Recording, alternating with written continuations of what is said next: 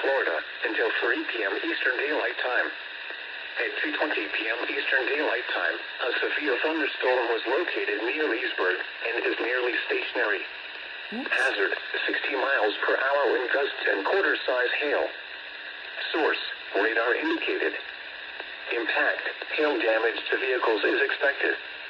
Expect wind damage to roofs, siding, and trees.